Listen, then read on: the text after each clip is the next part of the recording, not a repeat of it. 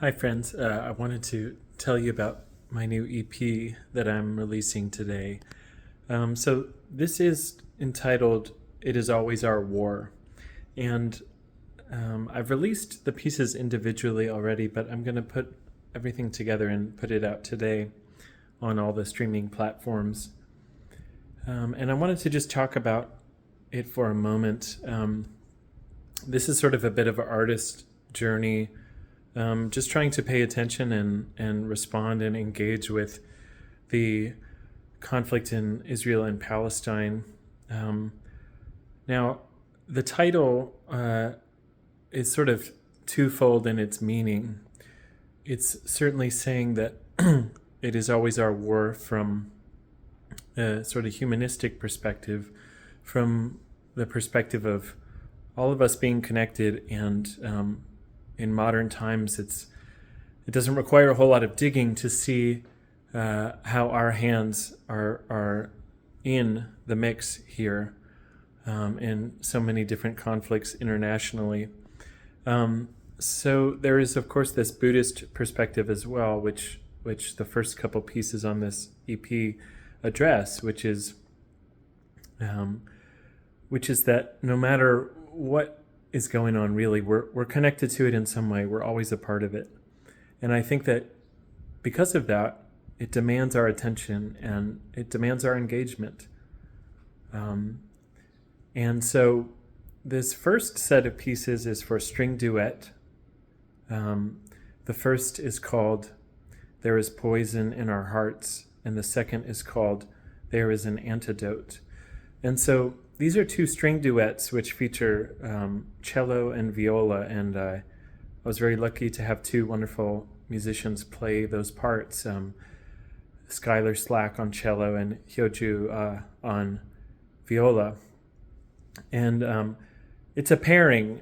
These two movements go together, and it's based off of this Buddhist teaching of the three poisons and the three antidotes. And I believe that part of the work we're called to do is to look into ourselves and to see, especially when we consider a conflict internationally, or more locally, to see where our own hearts and our own minds are at.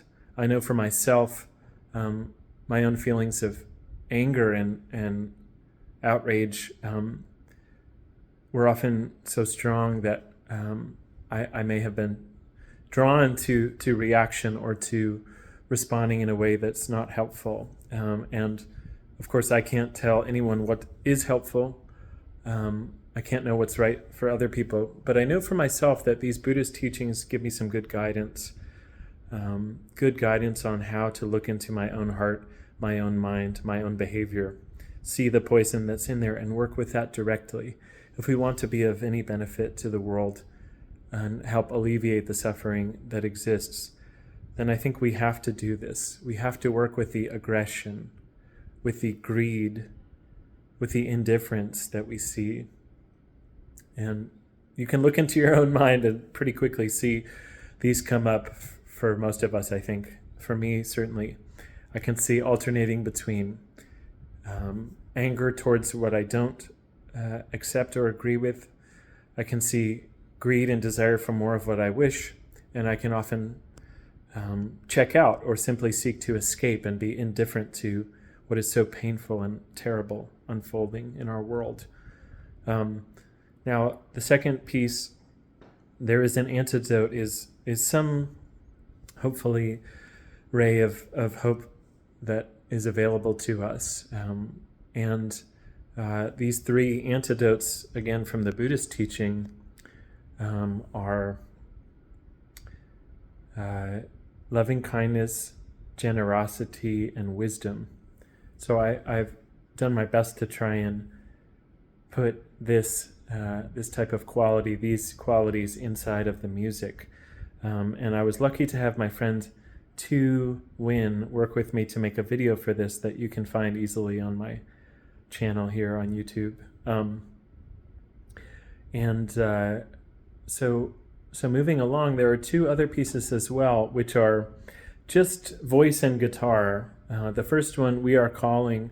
This is a short song which I sought to have somewhat of an anthem type of feel to it, almost imagining people singing together, maybe in a choir or in a group. And I thought about the South African song Siyahamba, which you may have, if you've been following the conflict. A lot of people have been singing this at protests and rallies, and particularly Mennonite Action is where I heard it and saw some footage of them singing as part of their protest. And this is just, to me, very, very powerful. So We Are Calling is calling us back to ourselves, back to that part of us that remembers that we're connected, that violence is not a long-term solution here for this long-term problem that the world has been in, and specifically in Israel and Palestine.